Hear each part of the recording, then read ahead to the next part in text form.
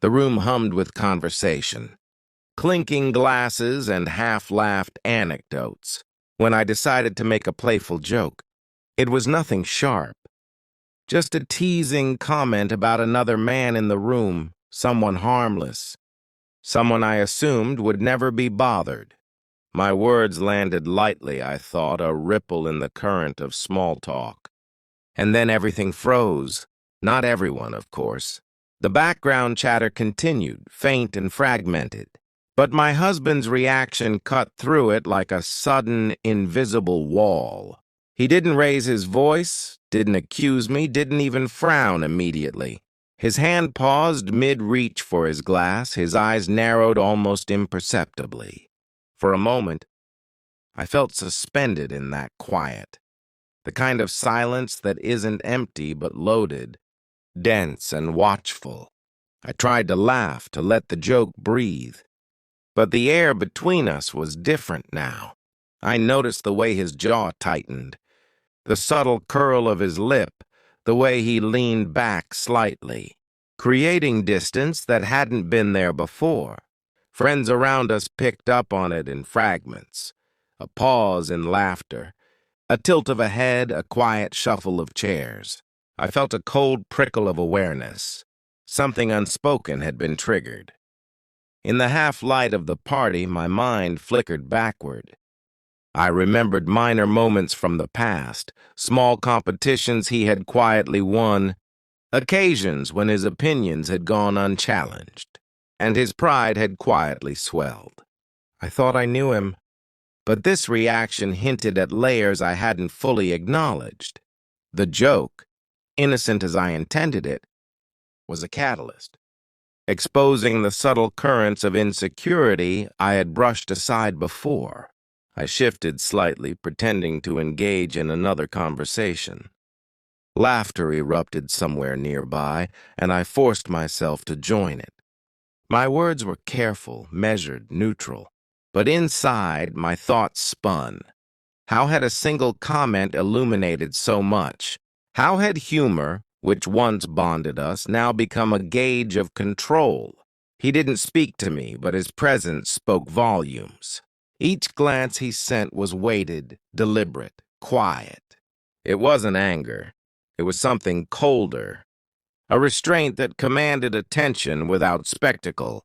I felt the power shift in real time, a quiet but undeniable assertion that left me simultaneously vulnerable and hyper-aware. I tried to measure my response, to maintain composure, to avoid making the subtle tension more visible to others. The party carried on around us, oblivious in its fragmented way. I could feel him watching, gauging, perhaps enjoying the knowledge that a small remark had unsettled me. The subtlety of it was deliberate, the power understated but absolute. I wasn't sure if he even realized the extent of control he wielded in that moment, but I felt it acutely. Every sip of wine, every sideways glance from a friend, reinforced the realization the balance in our marriage was more fragile than I had imagined. I reflected on my own reactions. The initial flush of embarrassment softened into introspection.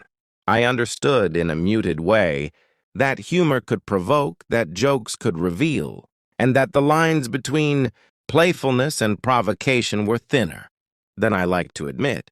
My pride felt wounded. Yes, but also sharpened, aware now of the quiet authority that could be asserted without drama, without confrontation, without spectacle. Time passed, or maybe it only felt like it. The party resumed its rhythm, voices overlapping again, chairs scraping, music murmuring. But for me, the space between us remained altered. The joke had been a spark, illuminating insecurities long ignored.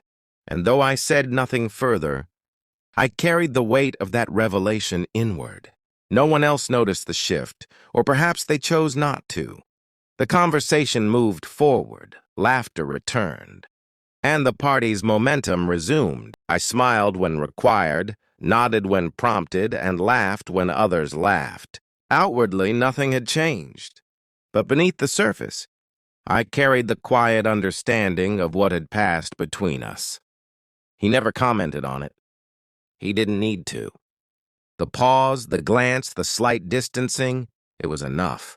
That single moment had subtly shifted power, clarified boundaries, and revealed vulnerabilities.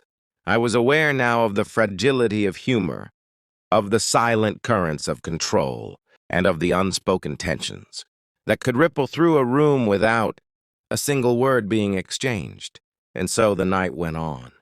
The party eventually ended, the guests departed, and the house grew quiet. We moved through the rooms as if nothing had happened, but I carried the memory like a small, precise weight. The joke remained, innocent in intention, but transformative in effect.